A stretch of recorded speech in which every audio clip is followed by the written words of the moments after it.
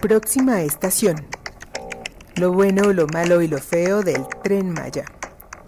Un podcast de Elba Narcía para Glifos Comunicaciones. ¿Qué tal? Les saluda Elba Narcía en esta nueva entrega del podcast Próxima estación, lo bueno, lo malo y lo feo del Tren Maya. Esta semana me llamaron la atención dos notas periodísticas. Una en donde se da a conocer que la SEDATU, la Secretaría de Desarrollo Agrario, Territorial y Urbano, anunció la creación del Programa de Ordenamiento Territorial en la región del Tren Maya, por los 5 estados por donde va a pasar el Tren Maya. La otra nota relacionada con el Tren Maya como transporte de carga. En el Programa de Ordenamiento Territorial para la región del Tren Maya, el gobierno federal ha insistido constantemente que tiene planeados polos de desarrollo y comunidades sustentables, con la participación, asegura, de los pueblos originarios.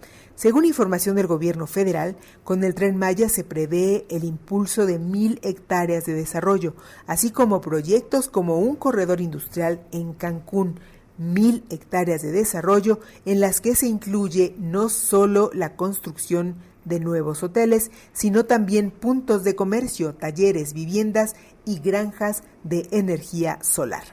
Este tipo de obras traen consigo una transformación en la vida social, económica y cultural de las comunidades, como lo comentó para este podcast Valente Molina, doctor en estudios regionales por la Universidad Autónoma de Chiapas, especialista en desarrollo ferroviario y autor del libro Por los rieles de Chiapas.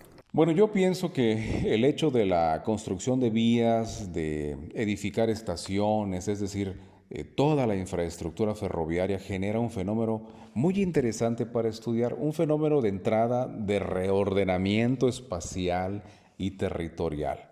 Los flujos comerciales empiezan, cuando surgen los trenes, empiezan a gestarse alrededor de las estaciones, y no es para menos, hay actividad económica, hay movimiento, hay vida, pues.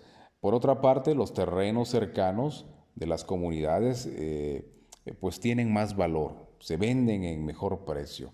El transporte tiene una fuerza como eje dinamizador del territorio y desde luego que ancla todas las unidades de trabajo, pero siempre y cuando la operatividad tecnológica sea completa, sea buena, pues de no serlo, podría no empatar con la exigencia de desarrollo de la región y se suscita lo contrario.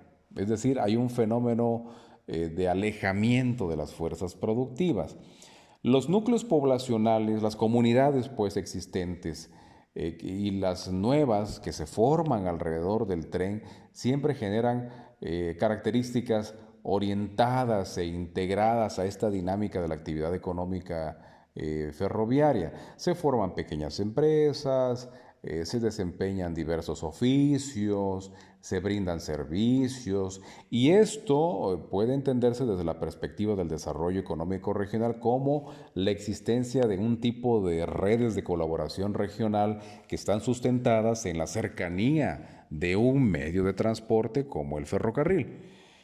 Para las comunidades por las que va a atravesar este tren, pienso que la presencia o la reactivación de paradas y estaciones ferroviarias van a fungir como una especie de nodos articuladores y lugares también de interrelaciones de carácter social y de carácter económico. Es decir, cada población va a estar ligada, esto es algo muy natural, va a estar ligada a la vida de otras poblaciones a través del tren.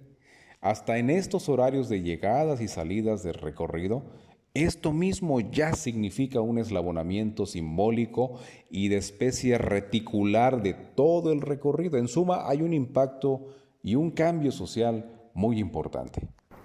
El programa de ordenamiento territorial, dicen las autoridades, buscará llevar a cabo procesos de consulta y tomar en cuenta a los pueblos y comunidades indígenas. La otra nota periodística que llamó mi atención esta semana hace referencia al Tren Maya como transporte de carga. El titular del Fondo Nacional de Fomento al Turismo, Rogelio Jiménez Pons, aseguró que el tren va a arreglar muchas deficiencias, particularmente las relacionadas con el costo de los fletes. Explicó que en la península de Yucatán, por ejemplo, hay un mercado de fletes de hasta 14,000 millones de pesos, ya que productos como alimentos y combustibles se trasladan en camiones y pipas. Con el tren se espera que esos costos se reduzcan significativamente. Esta es la opinión al respecto de Valente Molina, especialista en desarrollo ferroviario. Bueno, el tema del servicio de carga en el Tren Maya, yo considero que va a ser crucial para su consolidación, para su éxito, pues. El avance de este servicio yo lo visualizo como escalonado, como gradual. Todos los productos que se trasladan actualmente por las carreteras del Golfo, por las carreteras de la península, podrían, si así lo deciden los empresarios, usar el Tren Maya. El éxito del servicio de carga depende, e históricamente está comprobado, depende de los fletes que se cobren. En la mayoría de las líneas ferroviarias, este asunto de los cobros ha sido muy polémico. De entrada, las administraciones, cuando lanzan el servicio de una nueva vía, calculan el cobro con el número de toneladas transportadas por kilómetros recorridos. Y de esta manera se calcula la distancia media para la carga. Pero si la administración del Tren Maya ofrece de entrada ventajas fehacientes en el costo del transporte por volumen, pues yo considero que la carga, al ser de mayoreo, empezaría a repuntar. Y así empezarían también los productores, los empresarios a ocupar carros enteros. Esa es una expresión que significa llenar un vagón o un contenedor, o también podrían usar un carro a la mitad, medio carro, pero siempre que haya precios accesibles. Por ejemplo, el ganado es más seguro, es menos riesgoso trasladarlo en las llamadas jaulas del tren, estos contenedores especiales, que por carretera.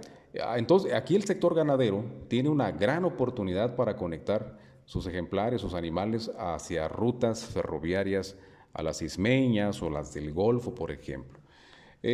Ha habido un criterio en las líneas ferroviarias muy conocido, que ha sido atractivo para generar que los productores prefieran el tren. Es decir, se les hacen descuentos por cada kilómetro. Entonces, así, en cuanto más distancia se recorre, menos cantidad hay que pagar, pero siempre que se respeten un tope mínimo. Por ejemplo, establecen que como mínimo se puede transportar 1 tonelada y 15 kilómetros de recorrido. A partir de ahí, bueno, ya empiezan los descuentos por cada kilómetro avanzado. Es una buena estrategia que empieza a visualizar a los productores que en el tren hay más ventajas. Entonces, las empresas refresqueras, las cerveceras, las cementeras, etcétera, empiezan a ver menos costo que pagando a estos camiones que implican un conductor, que implican gasolina, que implican diésel, y desde luego hay menos riesgo en las carreteras accidentadas con curvas que pueden generar volcaduras de estos trailers, ¿no?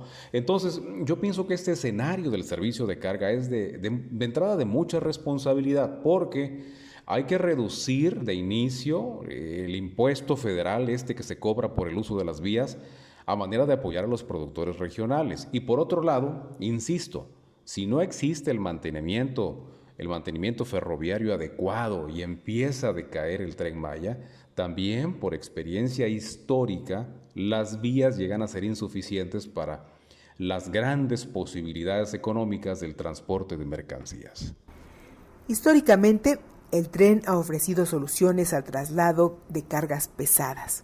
Habría que ver qué cargas pesadas se transportarían en los 5 estados, a través de los 5 estados por donde va a pasar el Tren Maya.